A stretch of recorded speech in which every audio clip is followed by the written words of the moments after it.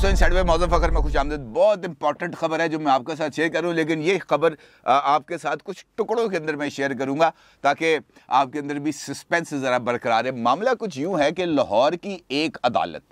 के अंदर एक मुकदमा दायर हुआ है और ये अदालत बुनियादी तौर पर आइली कवानीन को देखती है, यानी शादी, ब्याह, तलाक, खुला, इस किस्म के मामलात को ये अदालत देखती है। और ख़बर यह है कि मुबैना तौर पर इस्लामाबाद की एक शख्सियत की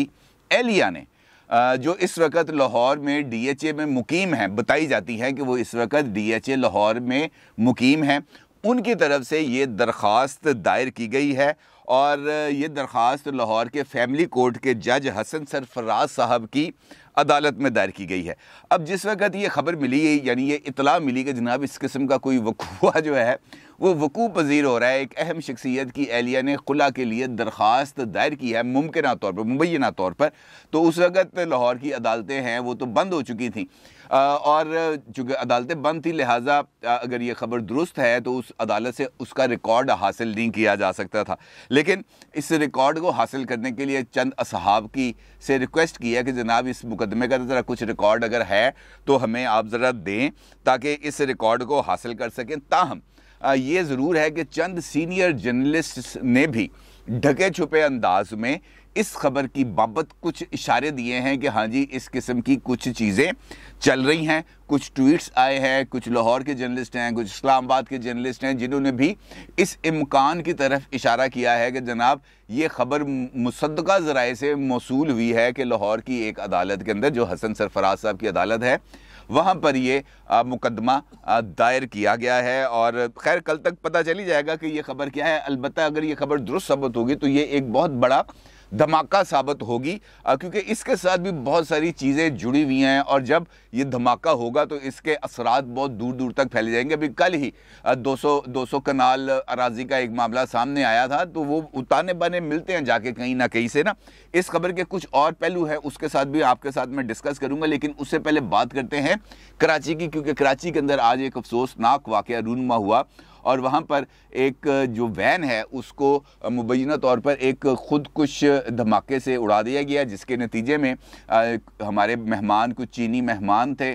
3 वो हलाक हुए और एक उनके साथ जो पाकिस्तानी ड्राइवर था वो हलाक हुआ। और ये बताया जा रहा है कि ये जो खुदकुश धमाका है ये एक ख़ातून ने किया। अब ये जो ख़ातून की एंट्री है इस मामले में वो बहुत ही ज़्यादा मानी खेज है, क्योंकि मुझे याद पड़ता है जहाँ तक इससे पहले 1995 या 1996 के अंदर एक ऐसा वाक़या हुआ था जहाँ पे ख़ातून खुदकुश हमलावर थी या ख़ातून हमलावर थी जिसने इस किस्म का कोई ब्लास्ट किया था। अदरवाइज़ उससे पहले इस किस्म के ब्लास्ट नहीं हो रहे थे। और दूसरा जो चीनी मेहमान हैं उनको निशाना बनाना बुनियादी तौर पर उस इनिशिएटिव को बर्बाद करने की कोशिश है जो पाकिस्तान चीन मिल के ये जो CPEC है इसके ऊपर अमल दरामद करने की कोशिश कर रहे हैं और इसके ज़रिए पाक चीन रिलेशनशिप को इम्प्रूव करने की कोशिश कर रही है। और ख़ास तौर पर उस वक्त जब शहबाज शरीफ साहब वज़ीर आज़म बन चुके हैं और वो CPEC के लिए बहुत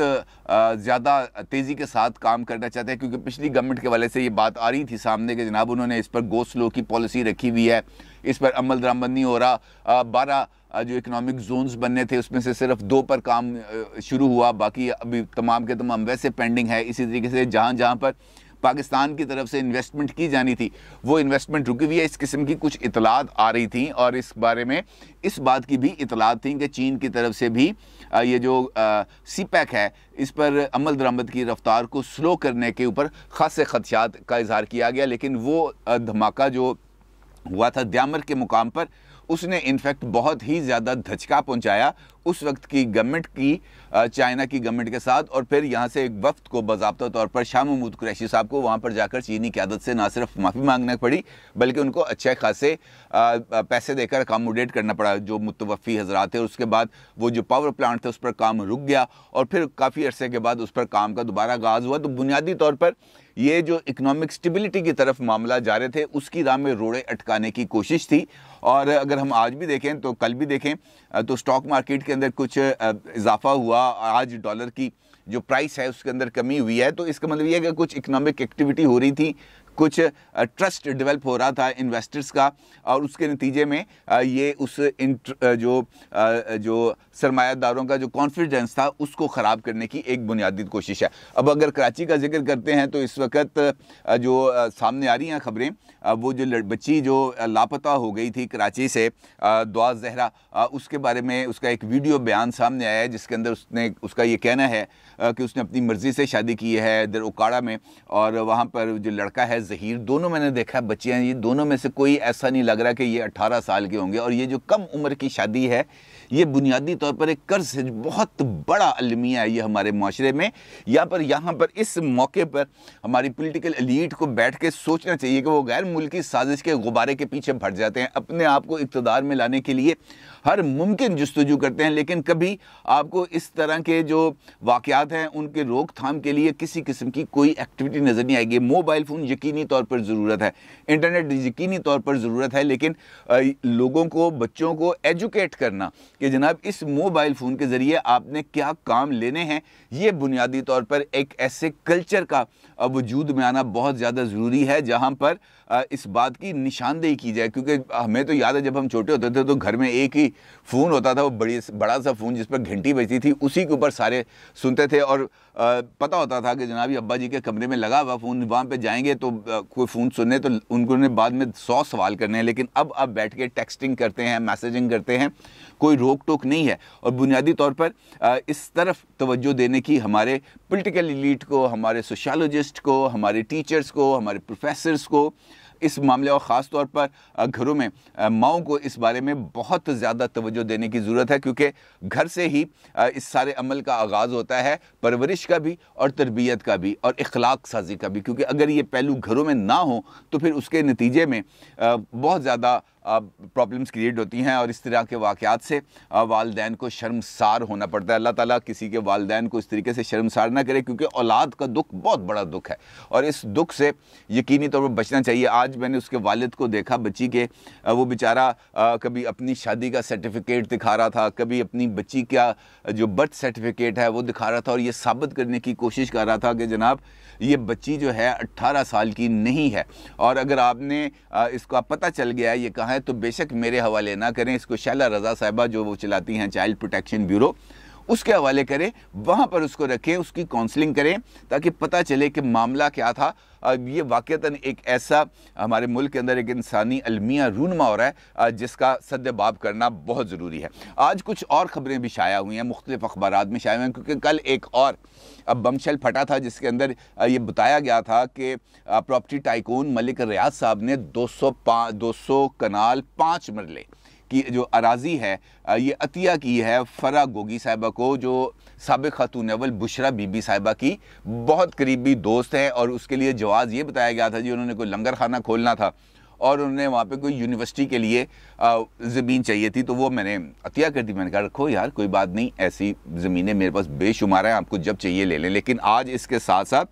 कुछ और ख़बरें भी मंजर आम पर आई हैं। जो फ़खर दुरानी साहब हैं दी न्यूज़ के रिपोर्टर, उन्होंने आज एक और ख़बर ब्रेक की है और इसके अंदर उन्होंने फ़रा बीबी के जो बेशुमार असासे हैं और उन असासों की जो यूँ घुमाई फराई है, बाप ने बेटे को दिया, बेटे ने माँ को दिया, माँ ने ससुर को दिया, इस अजीबो गरीब तरीके से गिफ्ट्स हैं, करोड़ों रुपए के गिफ्ट्स हैं जो बीवी ने खामद को दिए, खामद ने वापस बीवी को दिए। उसके बाद बीवी ने कुछ प्रॉपर्टी थी वो खामद को दी, खामद ने वो प्रॉपर्टी जो है अपने दादा के नाम पर ट्रांसफ़र कर दी। फिर एमनेस्टी स्कीम्स आती हैं, 32 करोड़ रुपए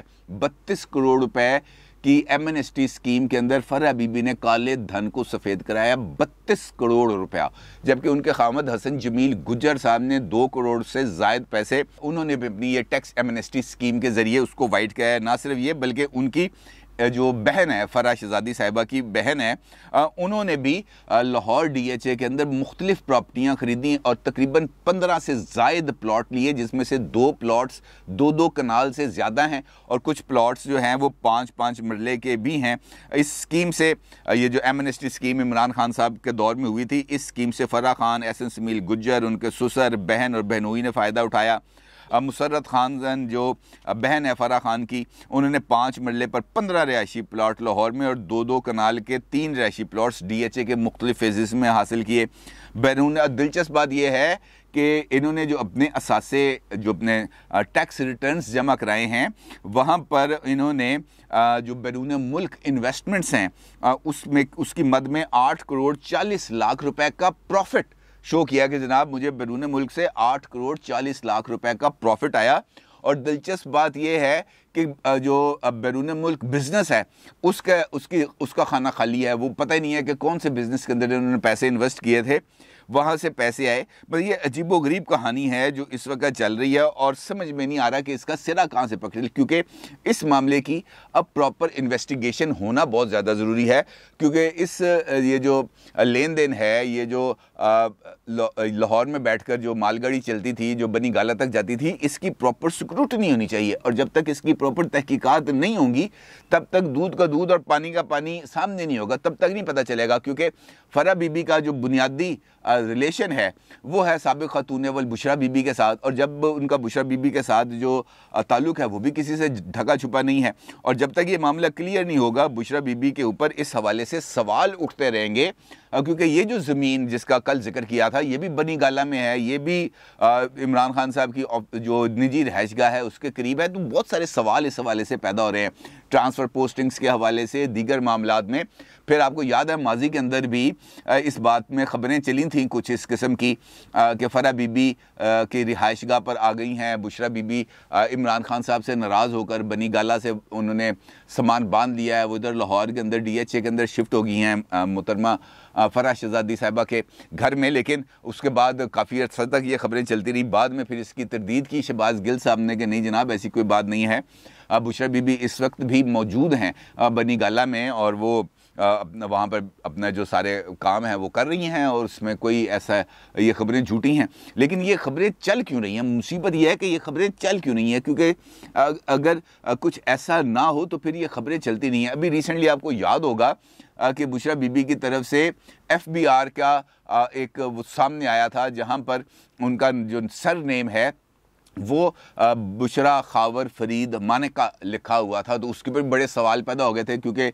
जो उन्होंने ये जो बनाया था क्या नाम लेते हैं FBR का अपना सर्टिफिकेट, वो बनाया था उन्होंने 2021 में। और उसकी जो वजह उन्होंने ये बताई थी कि जनाब मैंने को कारोबार करना है, उस कारोबार के लिए ये जो टैक्स का रिटर्न्स का या NTA नंबर होना बहुत ज़्यादा ज़रूरी है, क्योंकि NTA नंबर होगा तो उसके बाद फिर कारोबार के गोशवारे वहाँ पे जारी कराए जाएंगे। तो फिर सवाल ये पैदा होता है कि बुशरा बीबी का अपना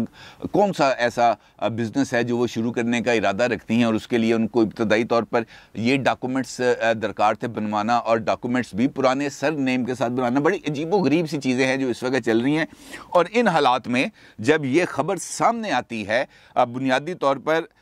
सीनियर जर्नलिस्ट हैं रज़ी दादा साहब, रिजवान रज़ी साहब हमारे बड़े मोहतरम हैं, बड़े काबिल एहतराम हैं, उनकी तरफ से एक ट्वीट आता है जो इस वक्त आप अपनी स्क्रीन पर भी देख सकते हैं। इस ट्वीट के अंदर रज़ी साहब ये फरमाते हैं कि जनाब बरादर खुर्द मुमताज़ भट्टी साहब ने इतनी बड़ी ख़बर फोड़ी कि इसकी बारीक बीनी की तरफ कि किसी का इसकी बारीक बीनी की तरफ ध्यान ही नहीं पड़ा। फरमाते हैं लाहौर की आइली कवानीन की अदालत में एक खातून की जानिब से खुला का बहुत बड़ा मुकदमा दाखिल हुआ है। तोबा तोबा तोबा, ऐसा हुआ है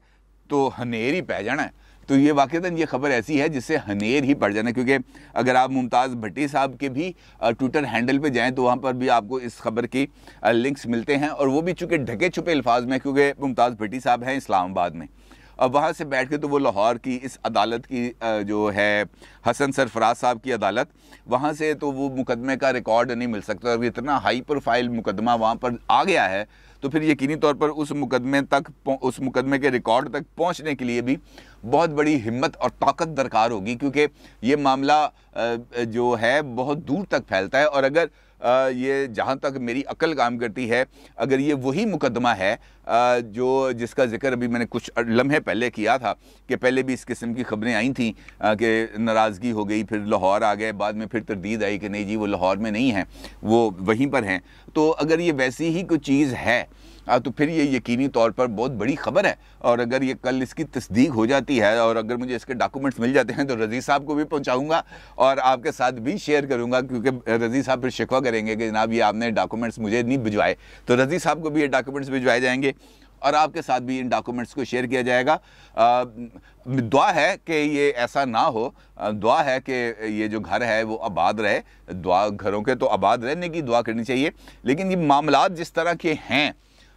जिस तरीके के हैं, उस पर बहुत ज़्यादा सवाल उठ रहे हैं, क्योंकि बहुत सारे मामलात का बोझ जो है वो वहाँ तक पहुँच रहा है और वहाँ से उसको निकलवाए बगैर काम नहीं चलेगा। अब देखिए, इमरान खान साहब हर जगह पर जाके मुतालबे करते हैं कि जनाब फ़लाँ के ख़िलाफ़ तहकीकात करो, फ़लाँ के ख़िलाफ़ तहकीकात करो, फ़लाँ के ख़िलाफ़ तहकीकात करो। और पैन अपने कार से तहकीकात करो पहले